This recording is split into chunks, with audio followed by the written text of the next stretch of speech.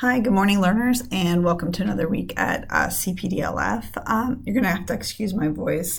For some reason, every year I always lose it right around October, November. So just bear with me, and I'll try to keep this short and sweet here. So this week you are going to be doing units 2.13, 2.14, 2.17, and 2.18. Okay, so 2.13 talks about the need for conservation, and it's actually considered a project. So you'll read through it, and then you're going to do a little research on your community and find out, how your community is conserving, what they've done, maybe saved land, they've opened parks, maybe they've opened like little place for monuments. So you can find that out. Just do a little research, type in some things about your hometown, and it will come up. And I've had a lot of learners already do this, and they found some great information. Okay, unit 2.14 is a quiz called Social Growing Pains Emerge. Okay, so it's going to talk a little bit about the South and slavery, and work its way through there with Native Americans and the reservations, it says, and immigration. Okay, then you're going to move on to unit 2.17, which talks about education in the 19th century. So we're talking about the 1800s.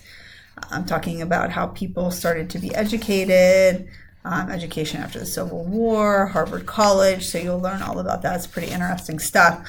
And then finally, you'll end up at unit 2.18, and it talks about the Industrial Revolution. So this is actually kind of neat. There's a little blurb underneath this these cartoons, and it says, one of the great things about America is that any Joe Blow on the street can make millions. All it takes is a little money and a lot of luck. For example, an 11-year-old kid in 1905 mixed a flavored powder and water to make a popular drink. He accidentally left it outside during the night. It froze. A few years later, the popsicle was born. Okay, that's one of my two boys' favorite snacks. So you can see how something so simple turned into an amazing invention, and people everywhere today, eating popsicles. Okay, so it talks about how an ice cream vendor ended up using a waffle cone. So it's pretty neat about all these inventions, and it goes on and on about them. And then it'll ask you some questions about the locomotive, electricity, all sorts of communication.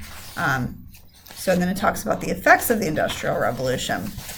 Okay, so I thought to myself, those were inventions of a long time ago, so I thought maybe I should try to find some modern day inventions, because a lot of people were always saying, oh, there's nothing left to be invented.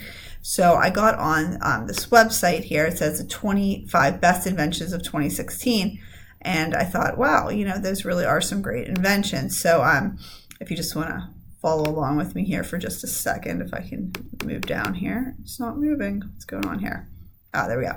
So the folding helmet, which I thought was pretty neat. Another thing that I've seen too that's been invented is like the paper helmet, because some people will go to cities and they need a helmet. So they have these dispensers where they dispense the helmets. But this is nice because a lot of people bike to work. They need something that they can easily fold up, put in a bag. So I thought that was kind of neat. So many cyclists, it says, are starting to use a foldable helmet. Solar panels that don't stick out. I thought that was kind of neat too, because some people want their house to still be pretty fashionable, but they don't want it to. But they want to be able to use a lot of renewable energy. Okay, so this is going slow for some reason, but there's tons of amazing inventions on this. So even if you look up Times Inventions of 2016, but I just thought it was kind of neat for you guys to think about. Wow, there are a lot of inventions out there, and a lot of them are affecting your life. I know the one is a new hair dryer that Dyson uses. I see my hair lady, she uses it all the time. She says it makes very little noise, so it's not going to hurt your ears, and it also dries your hair faster. So just little things like that can definitely change the way people live. And I actually just looked at this site that long ago, and now I can't think of what was on here. But anyway, just something to think about. Get on here. Like I said, Times 2016 Best Inventions. Come check it out. There's some really neat things on here that you're probably like, wow, that definitely is something that can change lives. Okay, and you never know who's going to invent something. When I used to teach at a brick and mortar school, we got junior scholastics, and they always have inventions in it. And a lot of times, it was somebody who was 12 or 13, and came up with an amazing idea and turned out to be very wealthy, because you guys sometimes can think of things that, people need, and your age group can sometimes see, oh, this is something that we could benefit from. Okay, so make sure you complete your units. And if you want to check out this Times Best Inventions of 2016, and if you have any questions, please make sure to reach out to me.